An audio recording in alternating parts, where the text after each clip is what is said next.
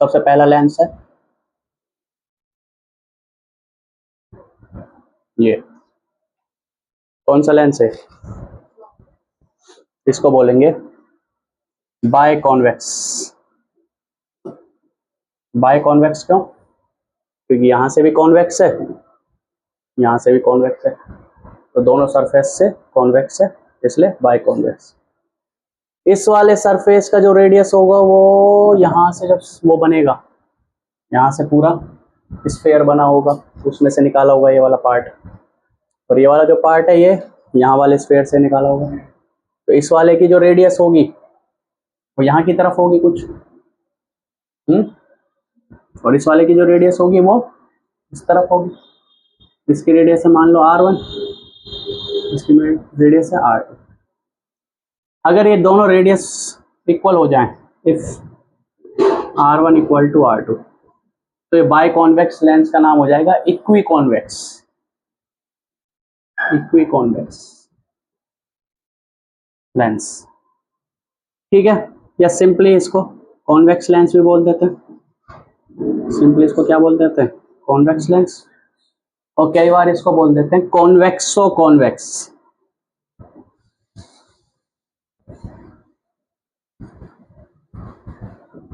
कॉन्वेक्सो convex, ठीक है, इसके बारे में बताऊंगा बाद में क्या है कॉन्वेक्सो कॉन्वेक्स।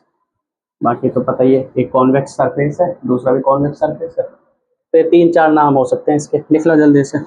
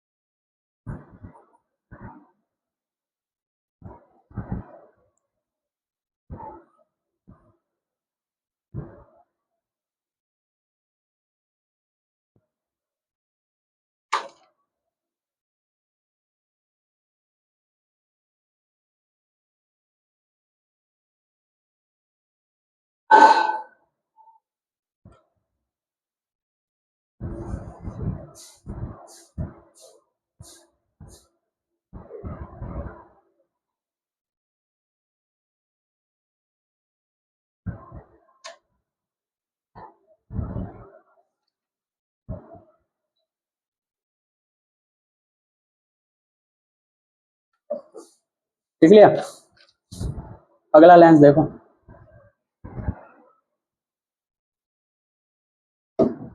नेक्स्ट है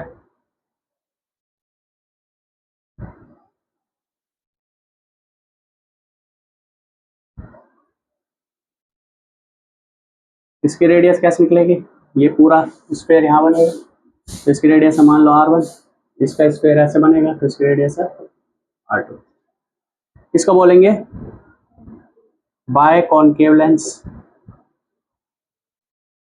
अगर r1 इक्वल टू r2 हो जाए तो इसको बोलेंगे इक्वी कॉनकेव लेंस, या सिंपल कॉनकेव लेंस बोल देंगे इसको, या फिर बोलो क्या बोलेंगे, कॉनकेवो कॉनकेव लेंस।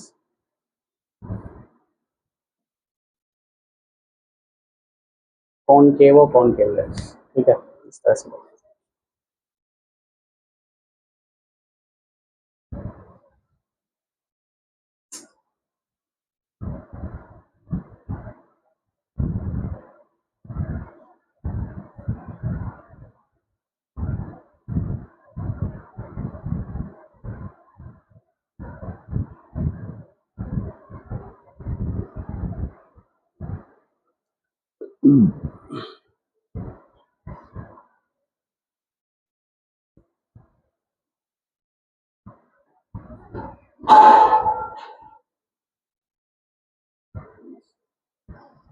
ठीक है,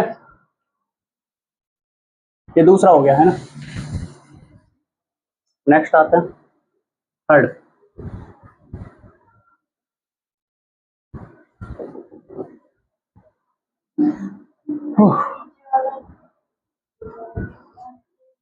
कॉनकेवो, कॉनकेव। तीसरा हो गया ये, या तो ऐसे बना लो इसको या फिर ऐसे बना लो, कैसे बना सकते हो, दोनों सेम। इसका रेडियस इस तरफ होगा, मान लो रेडियस है r, और ये प्लेन सरफेस है, इसका रेडियस हो जाएगा इन्फिनिटी। प्लेन सरफेस का रेडियस क्या होता है? इन्फिनिटी। तो ये वाला सरफेस ऐसे है, इसका रेडियस हो जाएगा r, और इस वाले का इन्फिनिटी। तो कौन सा लेंस है? सरफेस कैसा है इसका? बाहर की तरफ निकला हुआ, जो बाहर की तरफ निकला हुआ सरफेस उसको बोलते हैं कॉन्वेक्स। तो इसको बोलते हैं plano convex lens, plano convex lens. Convexo plane lens क्यों नहीं बोलते? प्लेनो कॉन्वेक्स लेंस बोला है, कॉन्वेक्सो प्लेन लेंस ऐसे क्यों नहीं बोलते? क्योंकि जो इसका नेचर है वो कॉन्वेक्स वाला नेचर है, तो इसको बोलेंगे plano convex lens. Convexo plane lens इसलिए नहीं बोलेंगे क्योंकि इसका नेचर प्लेन वाला नहीं है। क्या नाम बोलेंगे? प्लेनो कॉन्वेक्स लेंस, बिकॉज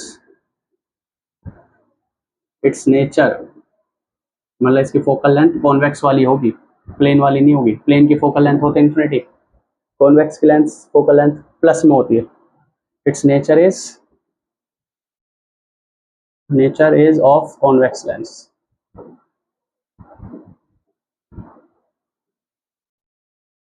तो कॉन्वेक्स लेंस वाला नेचर है इसका, इसलिए इसको बोलेंगे प्लेनो कॉन्वेक्स लेंस।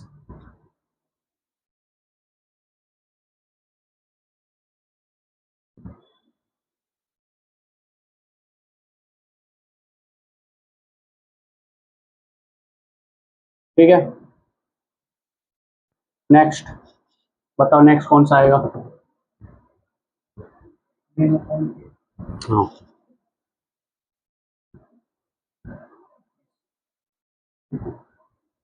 फोर्थ आएगा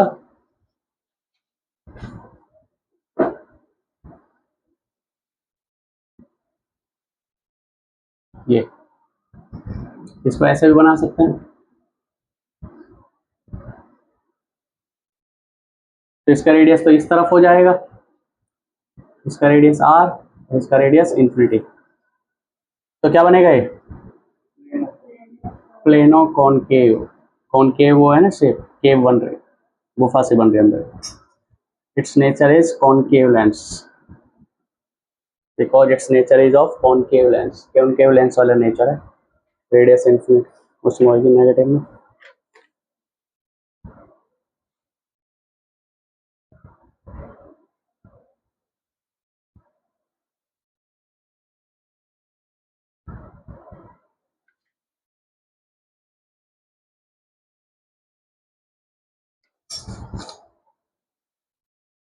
ठीक है, नेक्स्ट फिफ्थ, ये है कुछ लेंस ऐसे, ठीक है। इसकी रेडियस है मान लो r1 और इसकी रेडियस है r2। कौन सा लेंस है? देखो ये सरफेस है कॉन्वेक्स और ये सरफेस है कॉनकेव, तो ये दोनों हो सकते हैं। कॉन्वेक्सो कॉनकेव लेंस हो सकता है, इसको बोल सकते हैं कॉन्वेक्सो कॉनकेव लेंस। कब बोलेंगे इसको कॉन्वेक्सो कॉनकेव लेंस? अगर इसका नेचर कॉनकेव हो, if it's nature is concave, और इसका नाम कॉनकेवो कॉन्वेक्स हो सकता है, कॉनकेवो कॉन्वेक्स। ये कब होगा? हाँ, जब इसका नेचर कॉन्वेक्स हो, तो इसको बोलेंगे कॉनकेवो कॉन्वेक्स।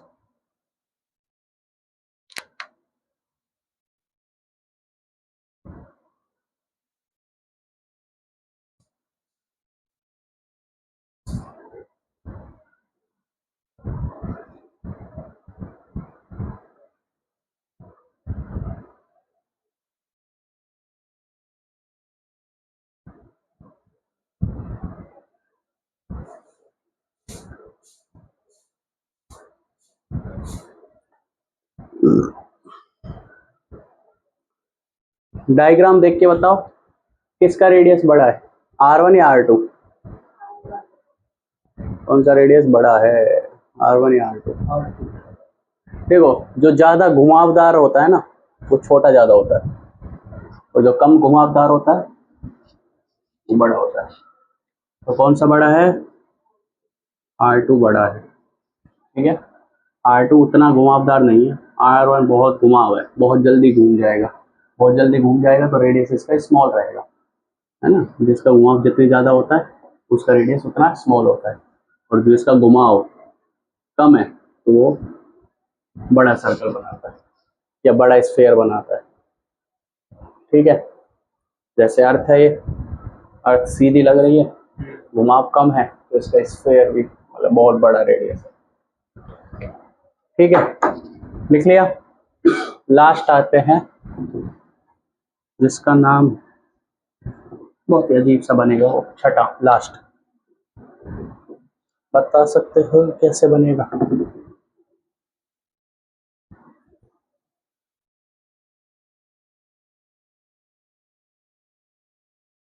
ऐसे,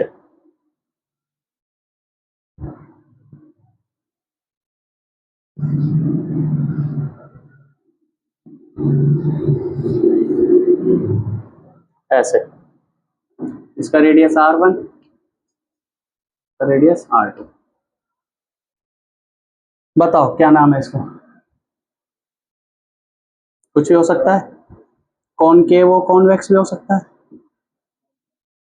वही फिर से वही बात, अगर नेचर कॉन्वेक्स है तो, या फिर कॉन्वेक्सो कॉनकेव भी हो सकता है अगर नेचर। बताओ कौन सा रेडियस बड़ा, कौन सा रेडियस छोटा?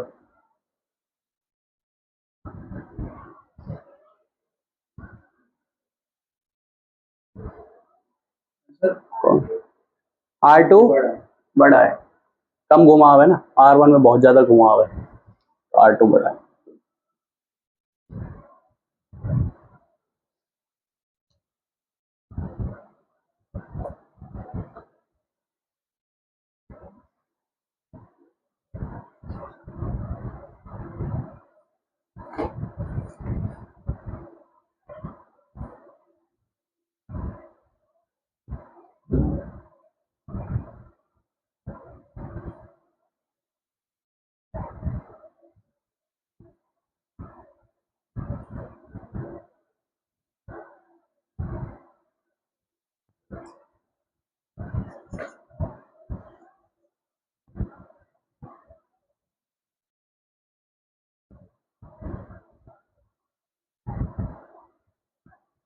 ठीक है, लिखो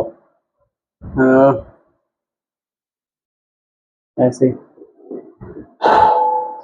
लिखो, nature can be decided by focal length.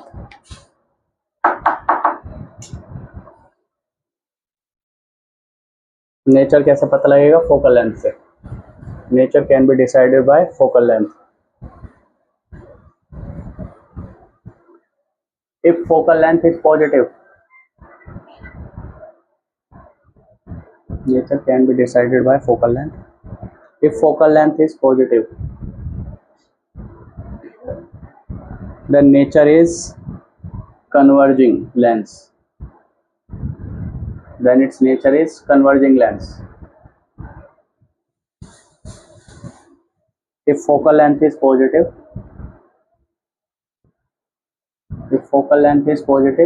then its nature is of converging lens.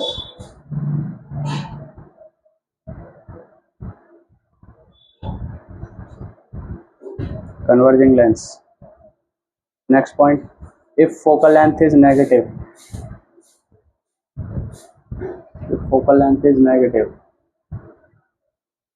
then its nature is of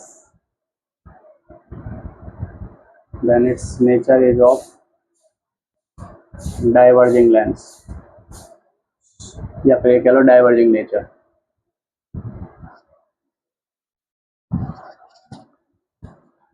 converging nature वो होता है जो रेज को कन्वर्ज कराता है, और डाइवर्जिंग नेचर वो होता है जो डाइवर्स कराता है, डाइवर्स कराता है।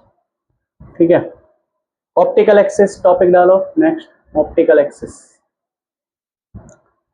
पहले पढ़ता था प्रिंसिपल एक्सिस, यहाँ पे होता है ऑप्टिकल एक्सिस।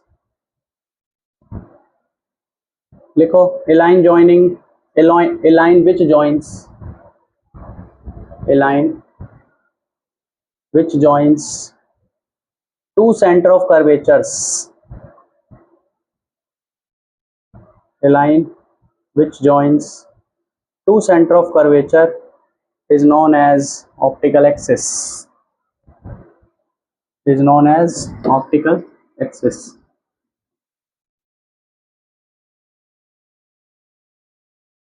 जैसे डायग्राम देखें, ये कौन सा लेंस है, कॉन्वेक्स लेंस, बाई कॉन्वेक्स तो नहीं, बाई कॉन्वेक्स तो तब होगा जब दोनों बराबर होंगे रेडियस। कॉन्वेक्स लेंस या सॉरी हाँ, by convex lens equi convex होता है जब बराबर होते हैं, तो बाई कॉन्वेक्स लेंस या कॉन्वेक्सो कॉन्वेक्स लेंस है ना, नेचर भी कॉन्वेक्स है और पहला लेंस भी कॉन्वेक्स है, तो कॉन्वेक्सो कॉन्वेक्स लेंस। इसका रेडियस क्या है, मान लो R1, इसका रेडियस है R2, ये हो गया सेंटर और एक ये सेंटर हो गया। तुम बताओ ये दूरी क्या कहलाएगी और ये दूरी क्या कहलाएगी, बोलो। ये वाली R1, ये R2, बोलो कोई कंफ्यूजन सही है ना। अरे ऐसे बनेगा इसका, तो इसका ऐसे बनेगा, तो R1 ये होगा। तो ये जो लाइन बनी है दोनों सेंटर ऑफ कर्वेचर को मिलाने वाली, इसको बोलेंगे, इसको ऑप्टिकल एक्सिस, इस लाइन को बोलेंगे ऑप्टिकल एक्सिस। बना लो, this is your optical axis.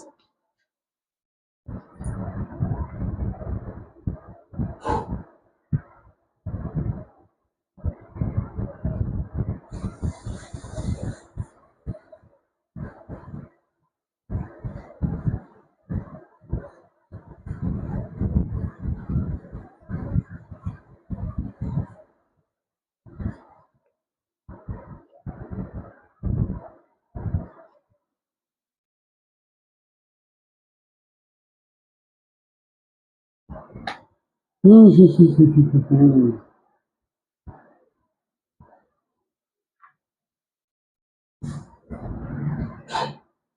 है,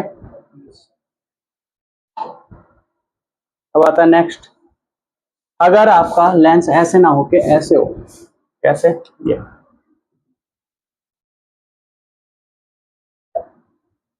ऑप्टिकल एक्सिस कैसे बनेगी। ऑप्टिकल एक्सिस तो वो होती है जो दोनों की सेंटर ऑफ कर्वेचर को मिलाए, तो इसमें इसका तो सेंटर ऑफ कर्वेचर मिल जाएगा, इस वाली एक्सिस का, इसका तो सेंटर ऑफ कर्वेचर कहीं यहाँ होगा, C1 बोल देते हैं, इसका रेडियस मान लो R1, तो यहाँ से यहाँ तक की दूरी हो जाएगी R1। तो ऑप्टिकल एक्सिस कैसे बनेगा, तो ऐसा करो, इसका जो सेंटर ऑफ कर्वेचर आया C1, वहां से एक परपेंडिकुलर डाल दो, जो परपेंडिकुलर डाल के जो लाइन बनेगी वो कहलाएगी ऑप्टिकल एक्सिस। बना लो, वो कहलाएगी ऑप्टिकल एक्सिस।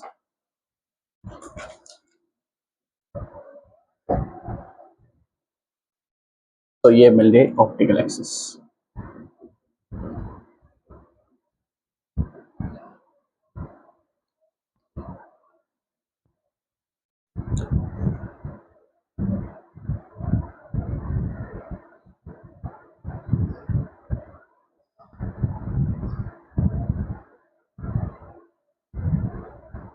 ठीक है,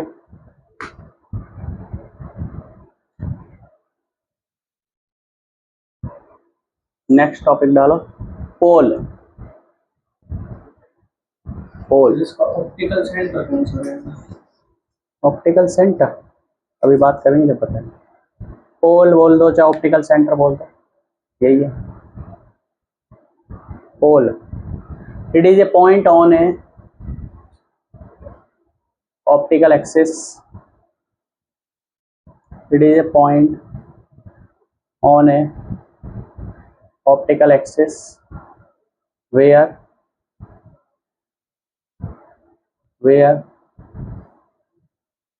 if rays falls, where if rays, light rays falls, then it goes undeviated,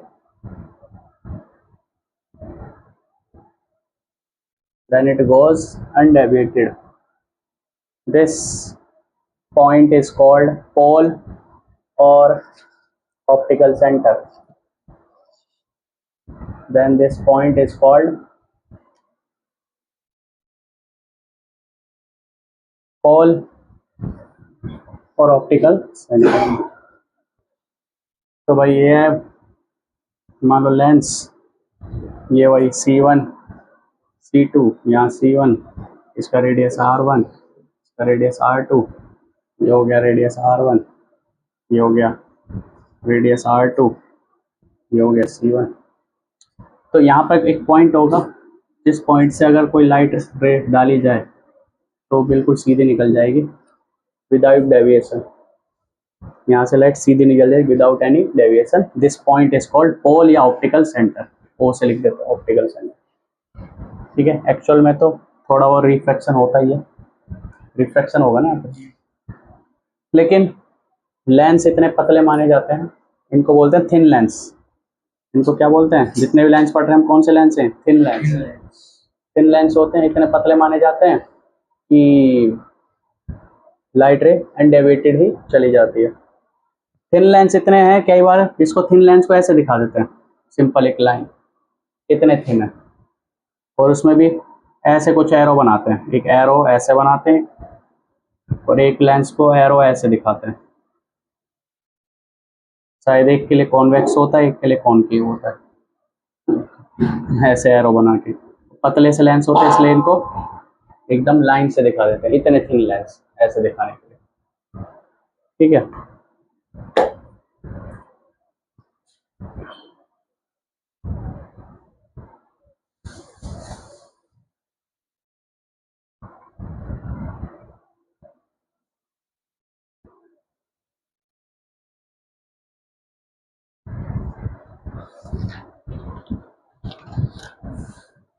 देख लिया?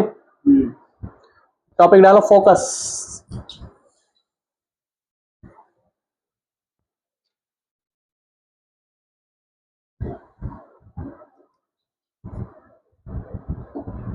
If we fall parallel and paraxial rays, if we fall parallel and paraxial rays on the lens, paraxial rays on the lens,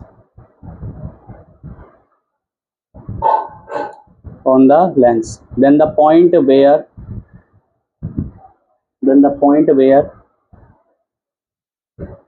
rays meet,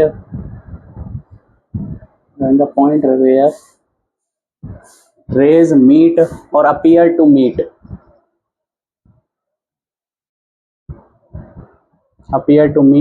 on optical center, on optical axis, is called focus of system of lens। Focus of lens, simple lens भी लिख सकते हैं, focus of lens.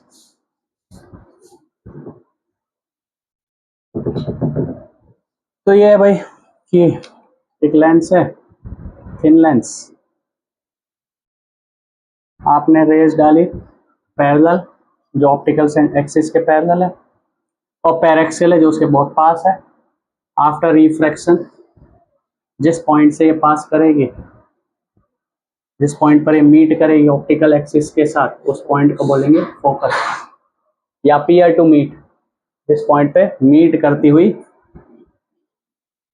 नजर आएगी, ऐसे गई, और appear to meet, जिस पॉइंट पे मीट करती हुई नजर आएगी, उस पॉइंट को क्या बोल देंगे? फोकस। ठीक है, देख लो।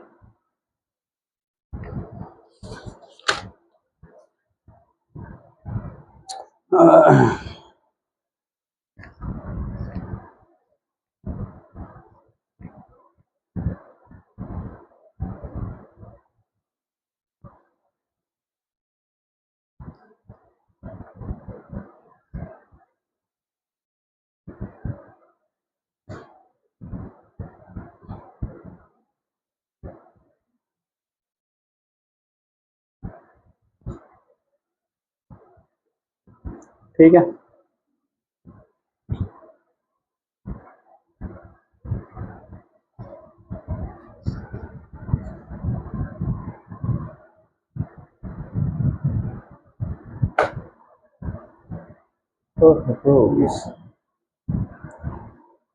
अब आते हैं इस अगली डेफिनेशन, अगले डेरिवेशन पे। ठीक है, सारी चीजें बता दी, सारे कोल वोल जो भी है। अगली डेरिवेशन कल बताया था तुम्हें, refraction through spherical surface, Yes. है ना? उसका फॉर्मूला क्या आया था? N2/V minus N1/U equal to N2 minus N1/R। ठीक है, अब आते हैं नेक्स्ट टॉपिक पे, जिसका नाम है lens maker formula. Lens maker formula. अगर आपको कोई लेंस बनाना हो तो आप उस लेंस के जो डिफरेंट रेडियस होते हैं, जैसे इसका रेडियस एक R1 रेडियस है और दूसरे का रेडियस R2 रेडियस, तो R1 R2 को कितना रखो ताकि इस लेंस का फोकल लेंथ हो जाए 10 सेंटीमीटर, या इस लेंस का फोकल लेंथ हो जाए 20 सेंटीमीटर। तो R1 R2 की क्या वैल्यू रखोगे? इसका फोकल लेंथ क्या हो जाए? 10 सेंटीमीटर, 20 सेंटीमीटर, 12 सेंटीमीटर, जो रखना चाहो चाहे। तो किसी भी लेंस के फोकल लेंथ कैसे उसकी रेडियस के साथ, उसकी रेडियस के साथ रिलेट होते हैं, है ना, रिलेट करते हैं, वो इस फॉर्मूले से पता लगेगा। इसलिए बोला गया लेंस मेकर फॉर्मूला, यानी कोई लेंस बनाना हो, कितनी फोकल लेंथ का बनाना है, तो उसके जो सरफेसेस हैं उन सरफेसेस के रेडियस कितने रखे जाएंगे, उसके लिए फॉर्मूला है जिसका नाम है लेंस मेकर फॉर्मूला। बड़ी सी डेरिवेशन है और कुछ नहीं है। तो भैया ले लेते हैं एक लेंस, मोटा ताजा लेंस। तो एक कौन सा लेंस ले रहे हैं? Convex lens. ठीक है, कॉन्वेक्स लेंस। ये हमारा आ गया क्या? Optical axis. ये हो गया ऑब्जेक्ट, ये क्या हो गया? ऑब्जेक्ट। ठीक है, ये लाइट रे इंसिडेंट हुई, इस ऑब्जेक्ट की इमेज कहाँ बनेगी वो हमें देखना है। ये लाइट रे इंसिडेंट हुई, ठीक है, दिस इज इंसिडेंट लाइट रे। इंसिडेंट लाइट रे इस डायरेक्शन में, इंसिडेंट लाइट रे इस डायरेक्शन में। Yes. अच्छा, फिर इसके बाद है, थोड़ा ज्यादा ही मोटा हो गया।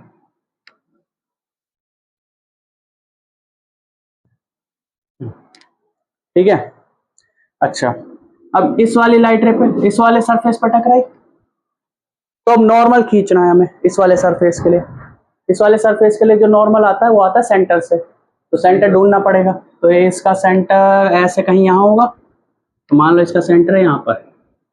ठीक है, इसके रेडियस मान लेते हैं R1, तो इसके सेंटर के रेडियस को भी बोल देते हैं CY। तो यहाँ से यहाँ तक की दूरी क्या होगी? R1। अरे बताओ, Yes. यही तो है, ऐसे बनेगा ये। तो इस पॉइंट पे अब क्या डालना? नॉर्मल। तो नॉर्मल आएगा यहाँ से, इस तरह से।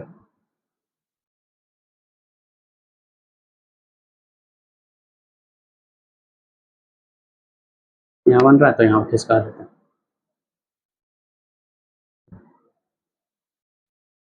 ये आ गया नॉर्मल, ये क्या आ गया? नॉर्मल। ये लाइट रे ऐसे चली जाती सीधी।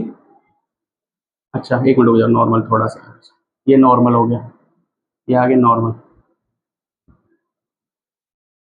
ये, अरे भगवान, ये आ गया नॉर्मल, ये incident ray. This is incident angle, this is incident angle. For example θ1, जो भी अभी देख लेंगे क्या है, मैं तो भूल हो गया। जो भी है इंसिडेंट एंगल है, आई देखते हैं θ1 रखना। कल तो हमने θ1 रखा था। ये लाइट रे सीधी चली जाती, लेकिन कहां से कहां जा रही है? बाहर एयर है मान लो, अंदर लेंस का मीडियम है, कहां से कहां जा रही है? रेयर से डेंस है, तो bend towards normal, bend towards normal, it bend towards normal. ठीक है, नॉर्मल की तरफ, ये है नॉर्मल, तो नॉर्मल की तरफ बेंड करेगी ऐसे। अगर ये सरफेस नहीं होता तो लाइट रे ऐसे सीधी चली जाती, तो इमेज कहां बनती? अगर ये वाला सरफेस नहीं होता, या ये क्या हो, ये ग्लास वाला सरफेस पूरे पीछे तक होता, जैसे कल था, कल वाले में क्या था, ऐसे तो था, पीछे तक वही सरफेस था, तो यहाँ से लाइट रे आती थी और यूं यहाँ से वो बनता था नॉर्मल, तो ऐसे ना जाके थोड़ा सा बेंड करके यहाँ कहीं इमेज बनती थी, है ना। तो ऐसे यहाँ इमेज बन जाती अगर ये नहीं होता तो यहाँ कैसे इमेज बनती? बेंड करता है ऐसे ऐसे ऐसे, और यहाँ कहीं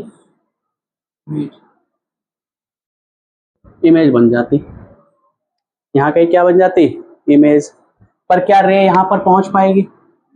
नहीं, सीधी नहीं जा पाएगी ना, इसके वजह से, सरफेस के वजह से, क्योंकि मीडियम चेंज हो रहा है, यहाँ पर मीडियम चेंज हो रहा है, यहाँ पर क्या हो रहा है?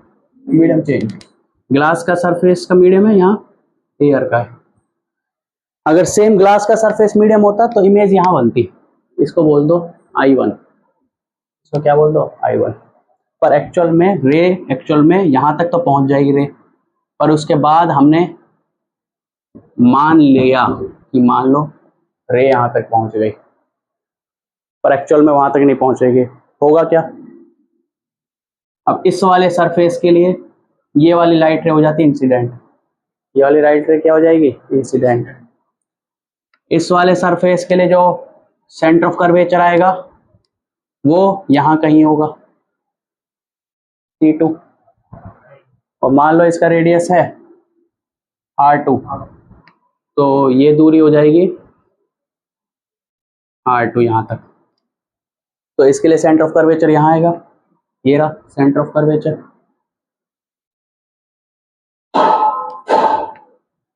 तो सेंटर ऑफ कर्वेचर ये है, तो ये हो जाएगा क्या? नॉर्मल। ये नॉर्मल हो गया, ये इंसिडेंट रे, ये नॉर्मल रे, तो यहाँ वाला इंसिडेंट एंगल ये होगा। अब लाइट रे कहाँ जा रही है? डेंसर से रेयर, तो it will bend away from normal, denser से रेयर। अब तुम देखो यहाँ रेयर में पहुंच रही है, ये है नॉर्मल, इसका यहीं से तो आया नॉर्मल, ये है नॉर्मल, तो अवे फ्रॉम नॉर्मल, तो बताओ ऐसे जाएगी या ऐसे? फर्स्ट नीचे की तरफ जाएगी ना, अवे फ्रॉम नॉर्मल, तो सीधी ना जाके इट विल बेंड, तो ऐसे जाएगी। This is the final image, this is the final image. ये हुआ लेंस का फाइनल इमेज, ठीक है। इस वाले के लिए ऑब्जेक्ट कहां पर है? ये रहा। इस वाले सरफेस के लिए इमेज कहां पर है? ये रहा। सेकंड सरफेस के लिए ऑब्जेक्ट कौन सा रहेगा? ये, क्योंकि सेकंड देखो सुनो, फर्स्ट सरफेस है, फर्स्ट सरफेस देखेगा ऑब्जेक्ट कहां से, रेज कहां से आ रही है, उसको देखेगा रेज ये आ रही है, वो पीछे ले जाएगा और उसको ऑब्जेक्ट दिख जाएगा, तो इसका ऑब्जेक्ट यहां पर है। और इमेज कहां देखेगा? अच्छा मैंने यहां पर ऐसे भेज दी रे, और फिर देखेगा वो रेज गई कहां, गई कहां, गई कहां, गई कहां, यहां गई, तो यहां हो गई इमेज। तो फर्स्ट वाले के लिए ऑब्जेक्ट ये है और इमेज ये है। सेकंड वाला देखेगा ऑब्जेक्ट कहां से आ रहा है, तो सेकंड वाले के लिए रे ये आ रही है, रे वाली रे आ रही है, ये वाली रे आ रही है, अब पीछे ले जाएगा, तो ऑब्जेक्ट कहां पर है? पीछे ले जाएगा, ले जाएगा, ले जाएगा, ले जाएगा, मिलेगा नहीं ऑब्जेक्ट, तो चलो आगे देखते हैं। तो आगे देखेगा तो ये रहा ऑब्जेक्ट, सेकंड वाले के लिए। और जब सेकंड वाले ने रे ऐसे भेजी फाइनली तो देखिएगा इमेज ही रही, ठीक है। फर्स्ट वाले सरफेस के लिए ऑब्जेक्ट है रियल, फर्स्ट वाले सरफेस के लिए ऑब्जेक्ट कैसा है, रियल, और इमेज कैसी है, वर्चुअल। सेकंड वाले सरफेस के लिए ऑब्जेक्ट कैसा है, वर्चुअल ऑब्जेक्ट है, और इमेज कैसी है, रियल। रियल, अरे एक्चुअल में तो रे गई है, ये जो रे गई है फाइनल रे एक्चुअल में तो गई है, ऐसा थोड़ी है हवा में हमने डैश डैश रे थोड़ी बनाई है। डैश डैश रे का मतलब होता है जो एक्चुअल में वहां पहुंच नहीं रही हो। तो इस तरह से ये इमेज बनेगी। लिख लो जल्दी से, डायग्राम बना लो, ऐसे बनेगा ये डायग्राम।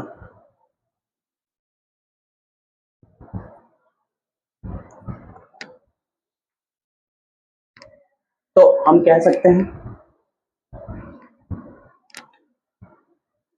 इन इस रियल वाला ऑब्जेक्ट शुरुआत सबसे मेन ऑब्जेक्ट है यू, ये रहा ऑब्जेक्ट डिस्टेंस, और फाइनल इमेज ये बनी है, तो दिस इज योर वी।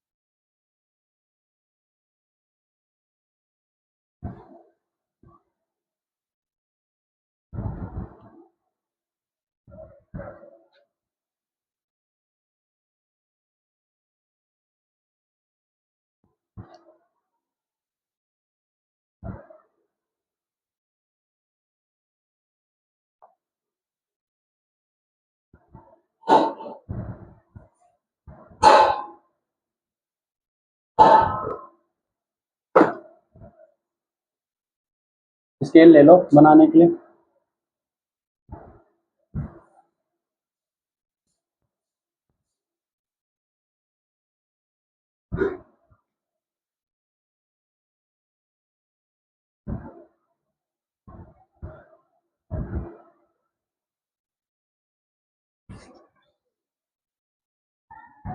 वो क्या है यहाँ पर, ऑब्जेक्ट है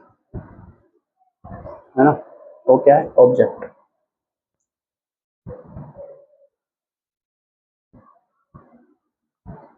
ओके, ये यू डिस्टेंस कहाँ है?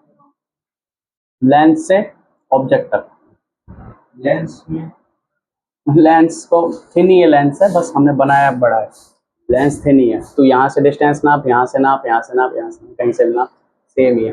लेंस को हमने बनाया ठीक है तब दिखाने के लिए, बाकी लेंस है थिन ही, ठीक है।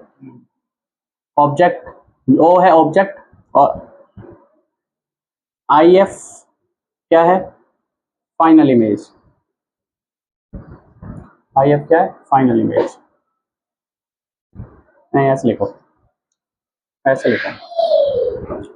For first surface, first surface कौन सा है, ये वाला फर्स्ट सरफेस के लिए ऑब्जेक्ट कौन है? ओ, जो कि कैसा है? Real object. और इमेज कहाँ है? इमेज क्या है? I1, जो कि कैसी इमेज है? वर्चुअल। इसका डिस्टेंस कितना ऑब्जेक्ट का? u। और इमेज का डिस्टेंस मान लो, I1 का डिस्टेंस मान लो v डैश। क्या मान लो? v dash.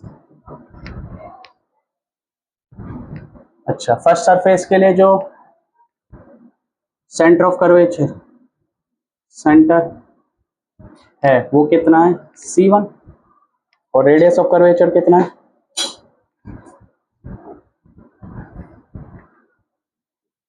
R1। ठीक है, फर्स्ट सरफेस की बात है। सेकंड सरफेस का बताओ।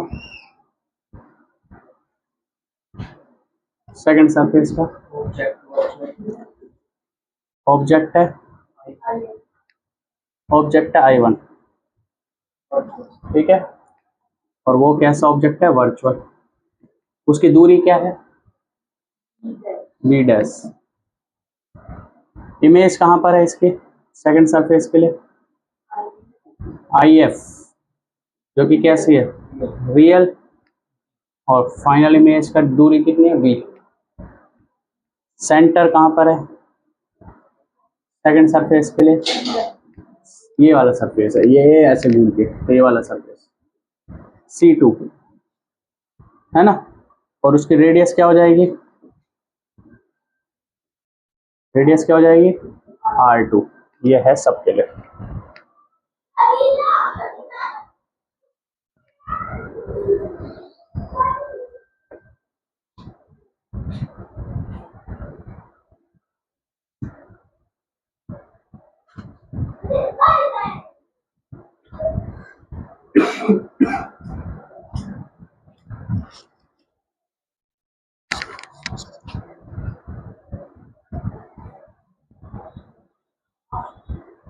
ठीक है,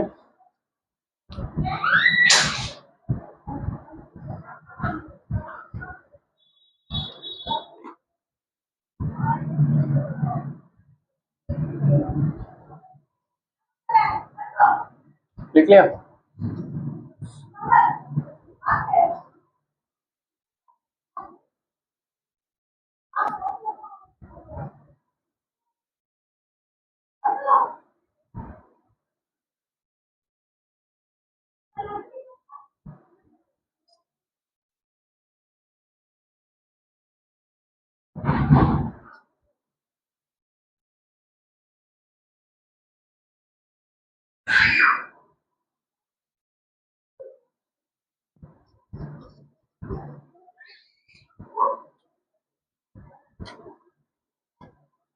मिटा दे। अब हम लगाएंगे फॉर्मूला, वो कल वाला जो हमें यूज स्टार्ट पढ़ा था।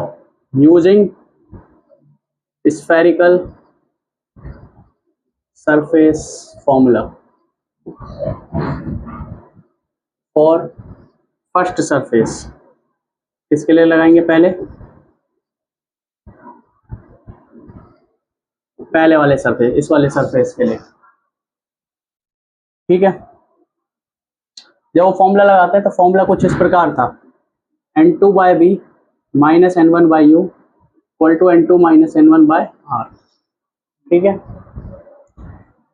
बाहर एयर है तो बाहर का रिफ्रैक्टिव इंडेक्स है 1, यहाँ एयर है यहाँ भी, तो यहाँ का रिफ्रैक्टिव इंडेक्स है 1। ये लेंस है, लेंस का रिफ्रैक्टिव इंडेक्स हम मान लेते हैं म्यू। लेंस का रिफ्रैक्टिव इंडेक्स क्या मान लेते हैं? म्यू। इस फॉर्मूले में N2 वो होता था जहां पर रे जा रही हो, जहां पर रे जा रही हो। तुम बताओ, ये सरफेस है, इस सरफेस पर रे ऐसे जा रही है, तो एयर मीडियम से इस वाले मीडियम में रे जा रही है ना। तो N2 क्या हो जाएगा? म्यू हो जाएगा। N2 क्या हो जाएगा? म्यू। N1 वो होता था जिस मीडियम से रे आ रही हो। इस पॉइंट पर बताओ फिर कौन से मीडियम से रे आ रही है? एयर मीडियम से रे आ रही है, तो N1 हो जाएगा 1, N2 हो गया म्यू, N1 हो गया 1। ऑब्जेक्ट डिस्टेंस क्या है इसमें, u है, और इमेज डिस्टेंस क्या है, इस वाले सरफेस के लिए इमेज बन रही है यहाँ पर, तो उसकी इमेज डिस्टेंस कितनी है यहाँ पर v डैश, है ना, या यहाँ से दिखा दो चलो चाहे तो इमेज डिस्टेंस है v डैश। तो अच्छा, रेडियस ऑफ कर्वेचर क्या है इस वाले के लिए, r1 आएगा। अरे ये सरफेस है तो इसका रेडियस यहीं से तो आएगा, तो r1 हो गया, तो सब रख दिया। अब इसको रख दो फॉर्मूले में, फॉर्मूला क्या है आपका, n2/v minus n1/u equal to n2 minus n1/r। n2 के क्या रखोगे, mu v dash minus 1/u equal to mu minus 1/r1। This is equation number 1। Equation number 1 लिख लो जल्दी से।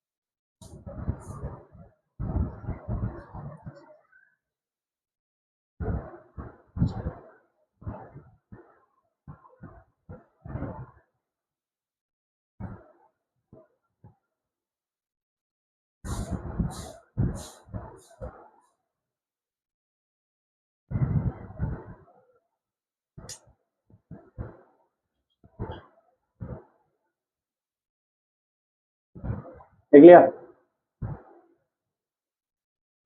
अब सेकंड सरफेस के लिए लगाओ यही वाला formula, using spherical formula for second surface. इसमें वो नहीं रखेंगे साइन कन्वेंशन, वो हम पहले रख चुके हैं, पहले डेरिवेशन कर रहे हैं ना, पहले भी रख चुके हैं, अब दोबारा एक्चुअल में ना मैंने तो यहाँ फॉर्मूला डायरेक्ट यूज कर लिया और कर भी लेते, कोई दिक्कत नहीं। अगर तुम इसको शुरुआत से करो, यहाँ अल्फा मानो, वहाँ बीटा मानो, फिर गामा मानो, तो वहाँ पे भी मतलब एक तरीके से वो हो रहा है हमारा, क्या बोलते हैं, फॉर्मूला मेकिंग हो रही है, फॉर्मूला बना रहे हैं अभी। जब हमारे लिए होता भाई ये इतना डिस्टेंस है, 20 सेंटीमीटर है, वो इतना है, तो रखते हैं उसको कन्वेंशन।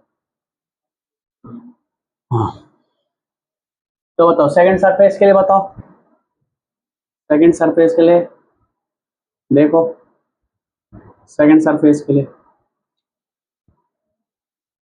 सेकंड सरफेस के लिए ये है इंसिडेंट रे, ठीक है। अब सेकंड सरफेस के लिए देखो, सेकंड सरफेस में होता है n2 वो होगा जिस मीडियम में रे जा रही है, तो इस पॉइंट पे आके देखेंगे ये रे इस मीडियम में जा रही है, तो n2 हो जाएगा 1। कौन से मीडियम से रे आ रही है, इसी वाले मीडियम से रे आ रही है, अरे इस वाले पॉइंट को लगेगा, इस वाले मीडियम से रे आ रही है, तो n1 हो जाएगा म्यू।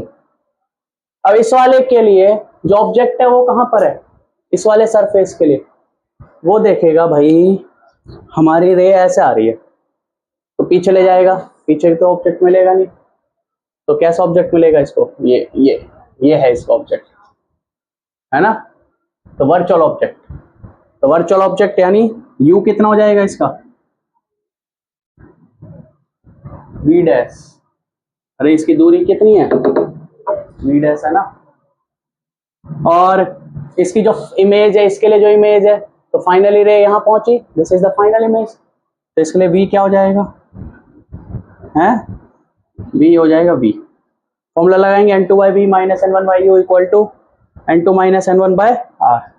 तो इसका जो आंसर आएगा वो आएगा n2 कितना है 1 अपॉन v, v कितना है, v है माइनस n1 कितना है, n1 है म्यू अपॉन u कितना है वी डैश था ना, वी डैश था, v dash equal to n2 minus n1, n2 कितना है 1 माइनस n1 कितना है mu upon r।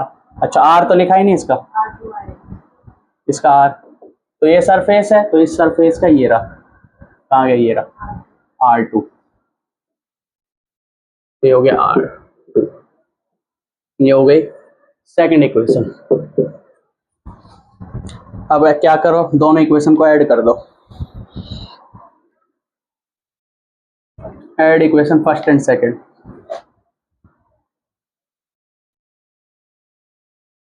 Add equation first and second.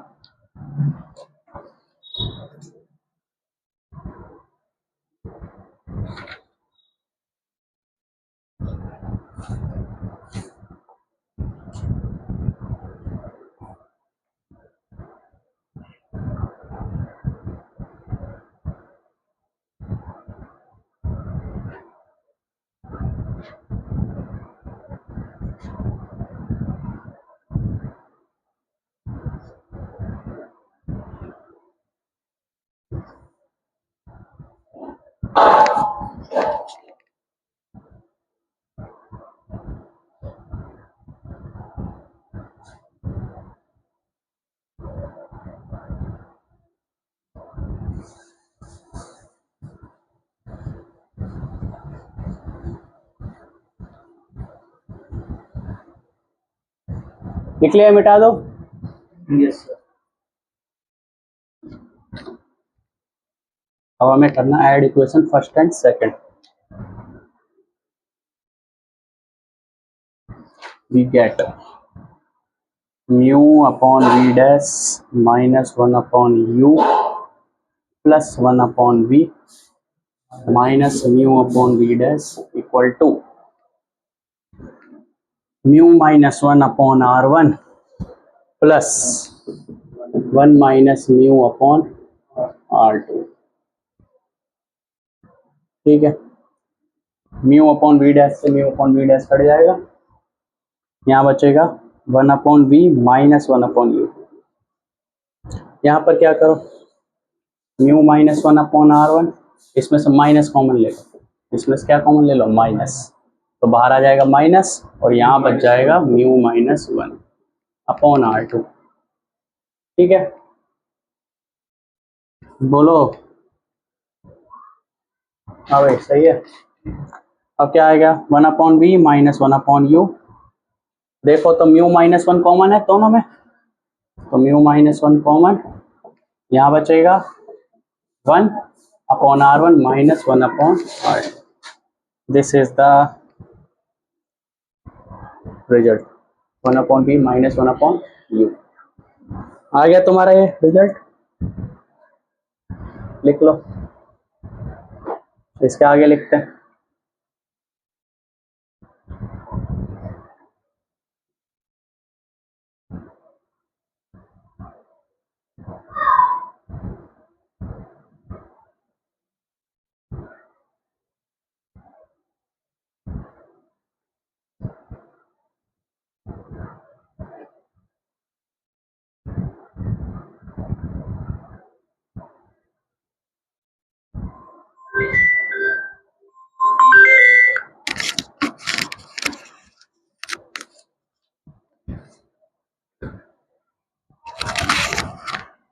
ठीक है, यस सर। अब लिख लिया। अब according to definition of focus, focus की डेफिनेशन के अकॉर्डिंग तुम्हें पता होगा कि लेंस है, अगर रेज, ऑब्जेक्ट रेज इन्फिनिटी से आती है तो इमेज कहाँ बनती है फोकस पर। यानी according to definition of focus,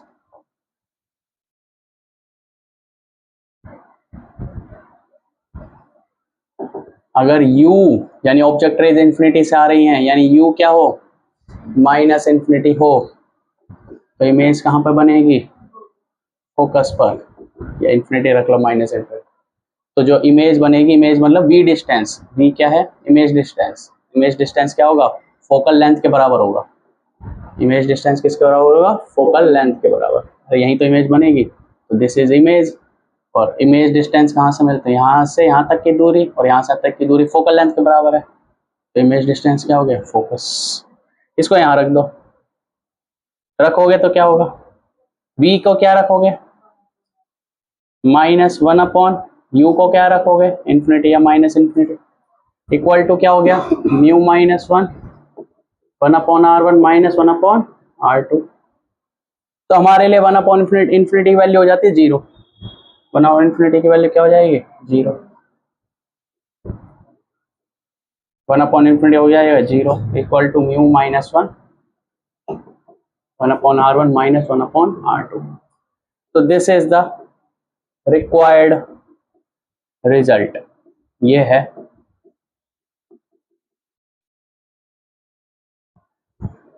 है फोकल लेंथ ऑफ लेंस।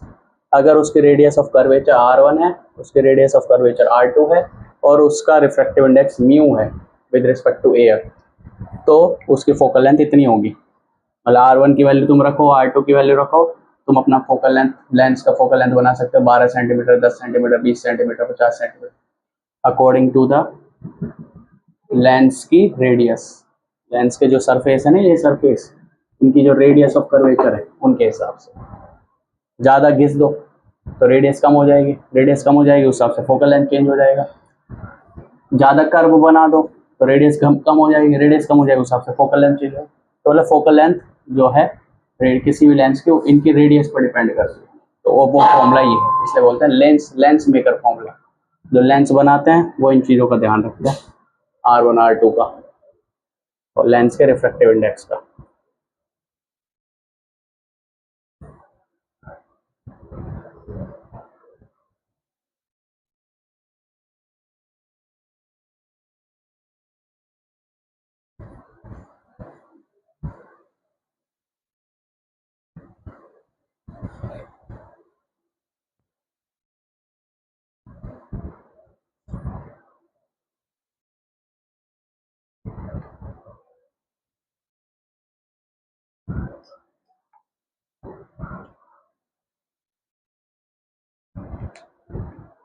ठीक है, ये है required result lens maker formula का, 1/f equal to mu -1 into 1/r1 -1/r2।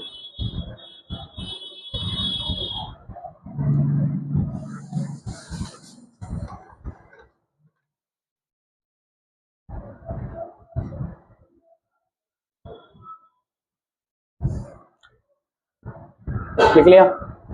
अब ये जो फॉर्मूला बनाया हमने, ये बनाया बाहर एयर मीडियम मानकर। अगर बाहर कुछ और मीडियम होता तो जो जनरल फॉर्मूला आता वो आता 1/f इक्वल टू लेंस का रिफ्रैक्टिव इंडेक्स अपॉन सराउंडिंग का रिफ्रैक्टिव इंडेक्स, बाहर के सराउंडिंग का रिफ्रैक्टिव, -1 इंटू 1/r1 -1/r2। ठीक है, ओके, क्या आएगा ये फॉर्मूला मोर जनरल कह सकते हैं। अब इसमें f क्या है, f है focal length of lens, focal length of lens. यहाँ पे साफ साफ पता लग रहा है लेंस की फोकल लेंथ किस पर डिपेंड कर रही है, किस पर डिपेंड कर रही है, लेंस की फोकल लेंथ किस पर डिपेंड कर रही है, लेंस की रेडियस पर। इस सरफेस की रेडियस क्या है, इस सरफेस की रेडियस क्या है, लेंस के रिफ्रैक्टिव इंडेक्स पर और सराउंडिंग के रिफ्रैक्टिव इंडेक्स पर। बाहर का रिफ्रैक्टिव इंडेक्स अगर बदल जाएगा तो लेंस का फोकल लेंथ बदल जाएगी। लेंस की बहुत इंपॉर्टेंट बात है। मतलब तुम सोचो कॉन्वेक्स लेंस है जो क्या काम करता है, कन्वर्ज करने का। कॉन्वेक्स लेंस का काम क्या है, ध्यान देखो, कन्वर्ज करने का, है ना। उसकी फोकल लेंथ कुछ होगी, मान लो +20 सेंटीमीटर प्लस किया, इसका रिफ्रैक्टिव इंडेक्स है 1.5, है ना। बाहर एयर है, एयर का रिफ्रैक्टिव इंडेक्स कितना 1। तो इसमें फॉर्मूला लगाएगा, ये R1 R2 कुछ होगा, इससे आंसर आएगा फोकल लेंथ का 20। मान लो तुमने इसको पानी में डाल दिया, इस लेंस को, तो पानी में डालते ही जो बाहर का रिफ्रैक्टिव इंडेक्स 1 था वो 1 ना हो गया, वो हो गया 1.33। तो ये चेंज हो गया, ये चेंज हो जाएगा तो लेंस का फोकल लेंथ भी क्या हो जाएगा चेंज हो जाएगा, लेंस का फोकल लेंथ भी क्या हो जाएगा, चेंज हो जाएगा। और मान लो, चलो अभी तो बाहर का लेंस का रिफ्रैक्टिव इंडेक्स 1.5, देखो ध्यान से, यहाँ क्वेश्चन आता है तुम्हारे सीबीएसई में जरूर आता है। लेंस का रिफ्रैक्टिव इंडेक्स 1.5, बाहर का रिफ्रैक्टिव इंडेक्स 1, तो बाहर रेयर, लेंस का रिफ्रैक्टिव इंडेक्स डेंसर, तो अपना काम करेगा +20 का, कोई दिक्कत नहीं है। बाहर का रिफ्रैक्टिव इंडेक्स अगर मान लो कहीं 2 हो गया, डेंसर मीडियम, तो ये वाला रिफ्रैक्टिव इंडेक्स इसके कंपेयर में क्या हो जाएगा, रेयर। तो अब ये लाइट रेज को कन्वर्ज करने की जगह क्या करना पड़ेगा, डाइवर्ज करने लगेगा। ये लेंस कौन सा लेंस था, ये कन्वर्जिंग लेंस था, ये डाइवर्जिंग लेंस बन जाएगा। इसकी फोकल लेंथ पॉजिटिव, हाँ कॉनकेव की तरह बिहेव करने लगेगा। इसके फोकल लेंथ पॉजिटिव थी, इसकी फोकल लेंथ नेगेटिव हो जाएगी, कुछ -10 -5 जो भी होगी, कुछ अलग हो जाएगी, फोकल लेंथ इसकी नेगेटिव हो जाएगी। क्या बन जाएगा, ये डाइवर्जिंग लेंस बन जाएगा। तो कोई लेंस कन्वर्जिंग है या डाइवर्जिंग है, वो किस बात पर डिपेंड करता है, वो अपना ट्रू नेचर कब दिखाएगा, वो अपना ट्रू नेचर तब दिखाएगा जब बाहर का रिफ्रैक्टिव इंडेक्स उसके रिफ्रैक्टिव इंडेक्स से कम है। क्या ये कह लो, ये डेंसर है अपने सराउंडिंग के मीडियम, सराउंडिंग के कंपेयर में, और अगर बाहर का रिफ्रैक्टिव इंडेक्स इसके रिफ्रैक्टिव इंडेक्स से ज्यादा हो जाएगा तो इसका नेचर क्या हो जाएगा, अपोजिट नेचर हो जाएगा, अपोजिट नेचर का हो जाएगा। हाँ ये रेयर हो जाएगा, ये डेंसर हो गया। तो इसका नेचर कैसा था, कन्वर्जिंग लेंस का था, फोकल लेंथ पॉजिटिव थी, तो ये फोकल लेंथ हो जाएगी नेगेटिव। कन्वर्ज करने की जगह रेस को क्या करने लगेगा, डाइवर्ज। तुम पानी में उतरो चश्मे के साथ, बाहर तो बढ़िया साफ साफ नजर आ रहा है, चश्मे में क्या होगा, जैसे पानी में उतरोगे तुम्हारे जो चश्मे हैं, ये स्पेक्स हैं, इसकी फोकल लेंथ क्या हो जाएगी, चेंज हो जाएगी, तो दिखेगा ही नहीं तुम्हें, ठीक है। क्योंकि फोकल लेंथ जिस जो चाहिए तुम्हारी आंखों को फोकल लेंथ, वो फोकल लेंथ एयर में मिल रही है, पानी में वो फोकल लेंथ थोड़ी मिलेगी, चेंज हो जाएगी ना, क्योंकि बाहर का रिफ्रैक्टिव इंडेक्स अब पानी का आ गया, पानी का रिफ्रैक्टिव इंडेक्स ज्यादा है एज कम्पेयर टू एयर, ठीक है। तो मतलब सराउंडिंग के मीडियम पर आपका क्या डिपेंड करता है, क्या डिपेंड करता है, इसकी फोकल लेंथ डिपेंड करती है। तो म्यू एल क्या है, refractive index of lens. Mu S क्या है, refractive index of surrounding. R1 कौन सा है, अब ध्यान से देखो, R1 क्या है, रेडियस ऑफ कर्वेचर। कौन सा रेडियस ऑफ कर्वेचर, ये वाला या ये वाला, R1 कौन सा रेडियस ऑफ कर्वेचर है, फर्स्ट सरफेस वाला है, सेकंड सरफेस वाला, फर्स्ट। तो अब फर्स्ट सरफेस कौन सी होगी, देखो ये है, इस वाले में तो यहां से लाइट रही है, मान लो इंसिडेंट लाइट रे यहां से आती, ऑब्जेक्ट यहां होता, तो कौन सा फर्स्ट सरफेस होता, ये वाला है ये वाला, ये वाला। जिस सरफेस पर लाइट रे पहली बार गिरेगी ना, उस सरफेस को बोलेंगे फर्स्ट सरफेस, और उसका रेडियस होगा R1। तो R1 क्या है, refractive index of, sorry radius of curvature of first surface. और फर्स्ट सरफेस कौन सा होगा,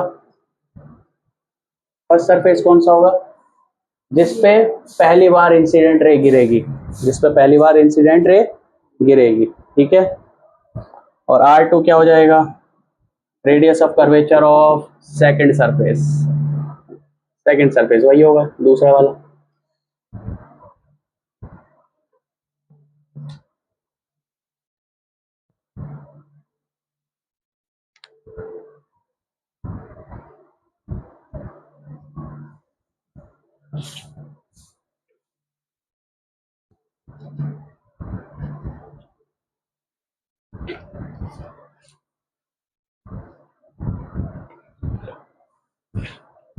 इस फॉर्मूले के लिए कंडीशन लिखो, चलो पहले लिख लो फिर बता रहा हूं।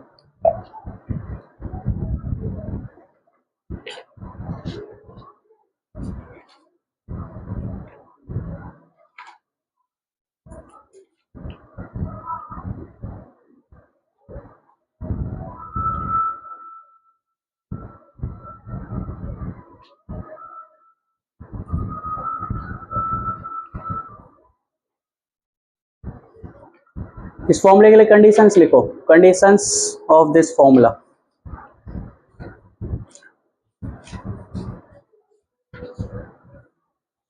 Conditions of this formula. तो जो कंडीशंस हैं जो कंडीशंस लिखवा रहे हैं सारी की सारी, ये कंडीशंस पेपर में नहीं लिखनी, ये बस जब फॉर्मूला अप्लाई करना हो तो कैसे कैसे अप्लाई करना है, बस उसके लिए कंडीशंस है, ठीक है।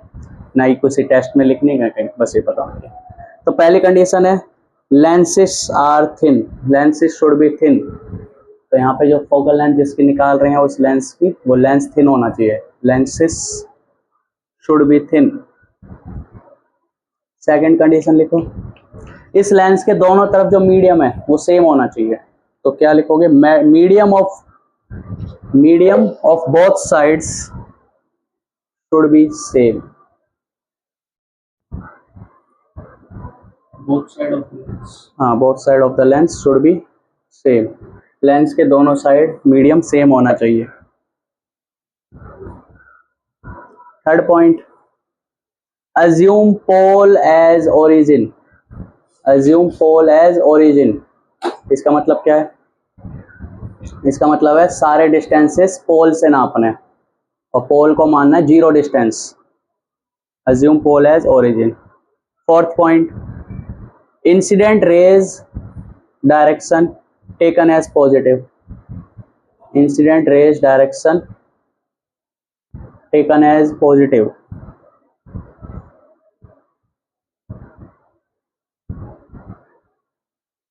इंसिडेंट रे की डायरेक्शन को पॉजिटिव मानना है। नेक्स्ट पॉइंट है U V R1 R2 and F put with sign, इन सबको साइन के साथ रखना है।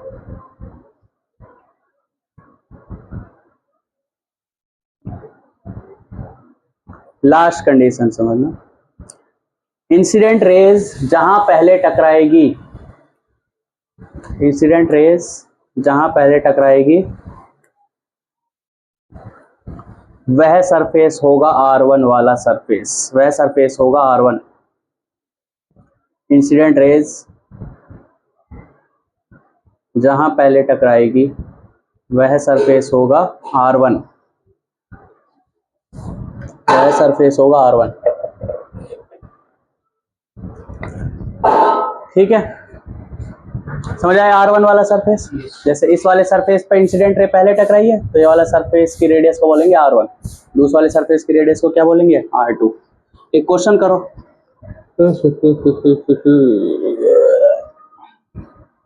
लेंस मेकर फॉर्मूला इंपॉर्टेंट है आपके लिए हरियाणा बोर्ड में डेरिवेशन के लिए, ठीक है। यही वाला जो कराया है लेंस मेकर फॉर्मूला, डेरिवेशन आता है? नहीं तुम्हारे में नहीं आएगा, मुश्किल आएगा, ठीक है। डेरिवेशन नहीं, एप्लीकेशन आएंगे तुम्हारे। क्वेश्चन है find focal length of the lens, given lens. तो लेंस दिया हुआ है आपको, ये कुछ ये लेंस दिया हुआ है, इसकी फोकल लेंथ निकालनी। ये लेंस दिया हुआ है, इस वाले की रेडियस दी हुई है 20 सेंटीमीटर, इस वाले की रेडियस दी हुई है 10 सेंटीमीटर, इसका रिफ्रैक्टिव इंडेक्स दिया हुआ है 1.5, बाहर एयर है तो बाहर का रिफ्रैक्टिव इंडेक्स है 1, और ये भी बताया हुआ है कौन से लाइट पहले टकराई, तो इस वाले से लाइट पहले टकराई, जैसे इंसिडेंट रे। इसका साइन कन्वेंशन कौन सा है? इंसिडेंट रे साइन कन्वेंशन यही है, इंसिडेंट रे की डायरेक्शन को पॉजिटिव मानना है, बाकी सारी डायरेक्शन को क्या मानना है, नेगेटिव। सेकंड सरफेस के लिए सब कुछ इसी इंसिडेंट रे के हिसाब से डिसाइड होगा। तो फोकल लेंथ निकालनी है, फोकल लेंथ निकालनी है। फोकल लेंथ का फॉर्मूला तुम्हें पता ही है, 1/f equal to mu of medium upon mu of surrounding -1 into 1/R1 -1/R2, ये है। और तुम मुझे बताओ इसमें से देख के R1 कौन सा होगा, R2 कौन सा होगा, और R1 पॉजिटिव होगा या नेगेटिव होगा, R2 पॉजिटिव होगा या नेगेटिव होगा। हाँ तो 20 सेंटीमीटर होगा तो +20 होगा या -20 होगा, बोलो। -20 होगा। क्यों? अरे ऐसे सरफेस बनेगा ये, तो इस तरफ ही तो आएगा यहाँ पे रेडियस ऑफ कर्वेचर इसका। सेम ही है दोनों की तरफ, 1 ही आएगा ना। तो R1 कितना आ जाएगा? -20 सेंटीमीटर हो जाएगा। और R2 कितना हो जाएगा? बोलो। +10 या -10? +10 सेंटीमीटर। R2 हो गया +10 सेंटीमीटर, R1 हो गया -20 सेंटीमीटर। म्यू ऑफ मीडियम हो गया 1.5, म्यू ऑफ सराउंडिंग हो गया 1। फोकल लेंथ निकालो।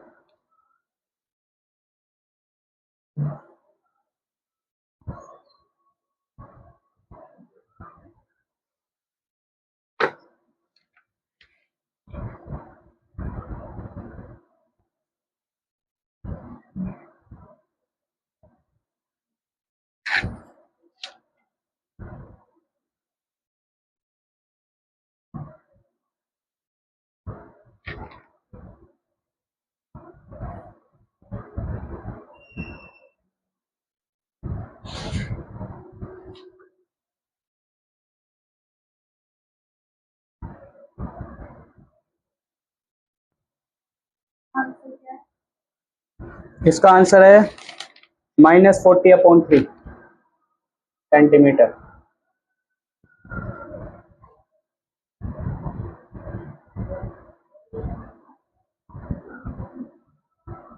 यस।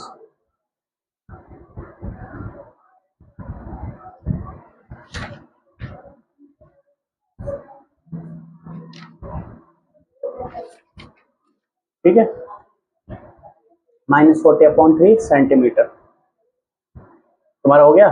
यस। अब ऐसा करो, अब यहाँ से इंसिडेंट रे गिरा तो निकाला तुमने, अब यहाँ से इंसिडेंट रे गिरा तो निकालो। अलग क्वेश्चन बना लो, इसी क्या कर रहे हो, इसको हटा दो। तुमने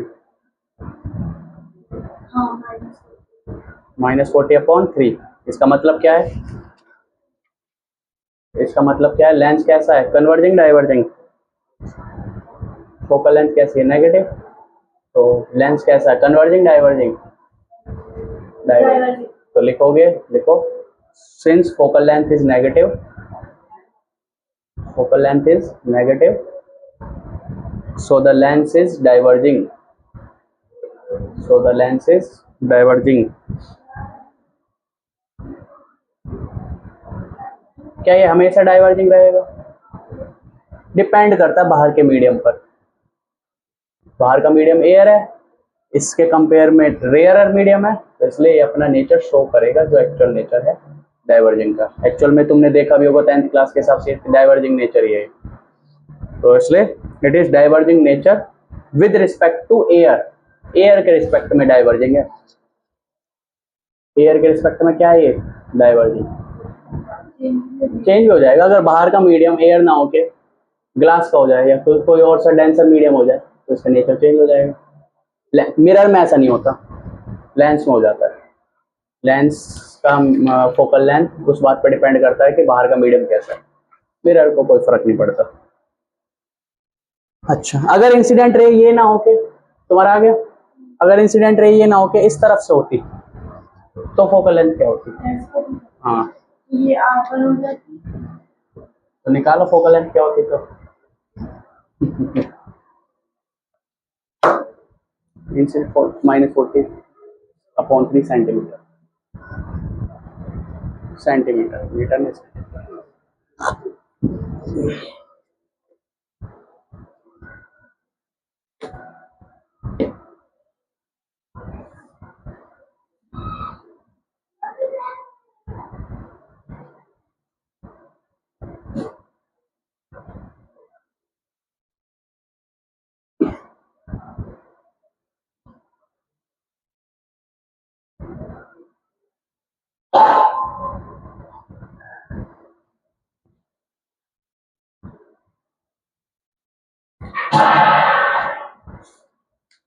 यही है। जब प्लस होगा हाँ बोलो, ये वाला क्या हो जाता? -10 है ना। अगर इंसिडेंट रे ऐसे होती तो ये डायरेक्शन हो जाती है पॉजिटिव। मैं क्या कह रहा हूँ, अगर इंसिडेंट रे ऐसे होती तो this is the direction positive, positive direction ये होती।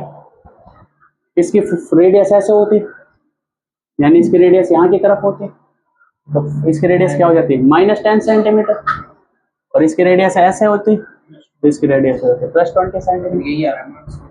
हाँ सही है, सेम ही आएगा।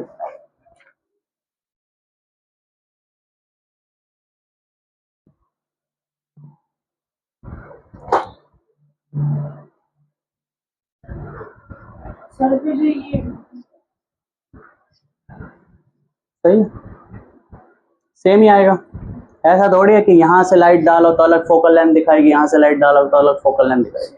फोकल लेंथ तो सेम ही होगी, कहीं से लाइट डाल लो। ठीक है। अच्छा, अगर हम इस लेंस को ऐसे मीडियम में डाल दें जिसका रिफ्रैक्टिव इंडेक्स कितना हो, इसका खुद का रिफ्रैक्टिव इंडेक्स कितना था 1.5, बाहर का रिफ्रैक्टिव इंडेक्स 2 रखो और फिर निकालो आंसर। हाँ, दोनों तरफ का 2, दोनों की तरफ का सेम ही रखना होता है। बाहर का रिफ्रैक्टिव इंडेक्स 2 रखो और इंसिडेंट रे कहीं से भी गिरा दो, आंसर सेम ही आएगा। इंसिडेंट रे कहीं से गिरा दो, फोकल लेंथ सेम ही आएगी। बाहर का 2 रखना है, बाहर का रिफ्रैक्टिव इंडेक्स 2 रखना है, फिर देखो फोकल लेंथ कितनी आती है।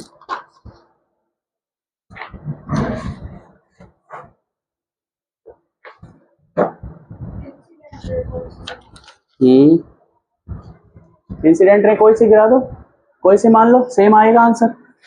इंसिडेंट रे की डायरेक्शन पर डिपेंड नहीं करता, किसी भी तरफ मान लो आप इंसिडेंट रे, बस मीडियम बाहर का बदल दो, मीडियम बाहर का रख दो 2।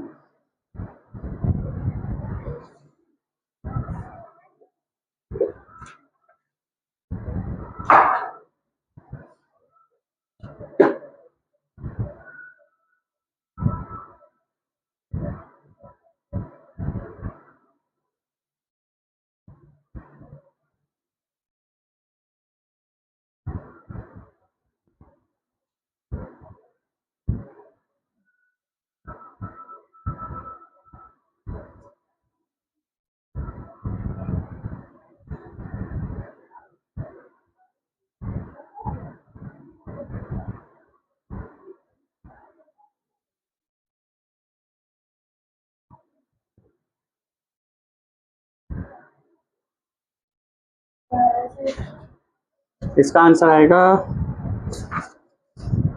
+80/3 सेंटीमीटर, +80 +80/3 पॉजिटिव आ रही है focal length, focal length positive हो जाएगी। लेंस कैसा हो जाएगा, डाइवर्जिंग की जगह कन्वर्जिंग, वही कॉनकेव लेंस अब कॉन्वेक्स लेंस की तरह बिहेव करेगा। बस हाँ, वैसे सब कुछ सेम है, वैसे सब कुछ सेम है, बस ये बदल जाएगा। यहाँ 1 रखा था, यहाँ पे 1 की जगह आ जाएगा 2, बाकी सब सेम है।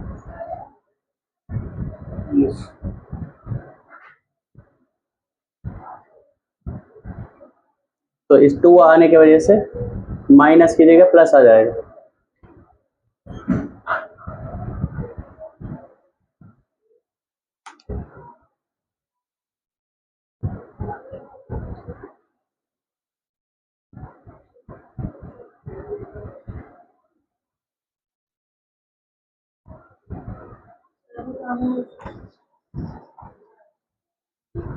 बताओ मुझे वैल्यू बताओ। म्यू ये तो है 3/2 म्यू एम, अरे 1.5 को 3/2, और म्यू एस कितना सराउंडिंग मीडियम 2 -1, और ये कितना है बोलो, पहले वाला बोलो, शुरुआत वाला कितना आंसर है -3/20। देखो जब यहाँ 1 था ना तो सिर्फ ये 3/2 था, अरे जब यहाँ 1 था, बाहर का मीडियम 1 था, तो ये सिर्फ 3/2 था, म्यू एस की जगह तो 1 आ गया, तो 3/2 -1 करोगे आंसर आएगा 1/2, तो आंसर आ जाएगा -3/40, -3/40। लेकिन अब क्या हो गया, यहाँ 3/2 और म्यू एस आ गया 2 -1, तो ये कितना आ गया 3/4। तो अब जो आंसर आएगा वो आएगा, ये 4 एलसीएम आएगा और यहां जाएगा 4, तो 3 - 4 क्या हो जाएगा -1/4। तो पहले तो आंसर आ रहा था, पहले क्या था 3/2 -1, पहले जो आंसर आ रहा था वो आ रहा था तुम्हारा 1/2 प्लस का, यहाँ प्लस का आ रहा था और यहाँ माइनस का आ रहा था, ओवरऑल माइनस का आ रहा था। लेकिन अब ये भी माइनस का, ये भी माइनस का, जिसकी वजह से प्लस का हो गया। अभी माइनस माइनस प्लस 3/80, तो पॉजिटिव हो गई फोकल लेंथ बदल गई। ठीक है, मैंने 3/2 हाँ। तो फोकल लेंथ आपके किस पर डिपेंड करती है, नेचर ऑफ मीडियम पर, कि बाहर का मीडियम कैसा है, दोनों चीज पर डिपेंड। ठीक है, कल करेंगे आगे।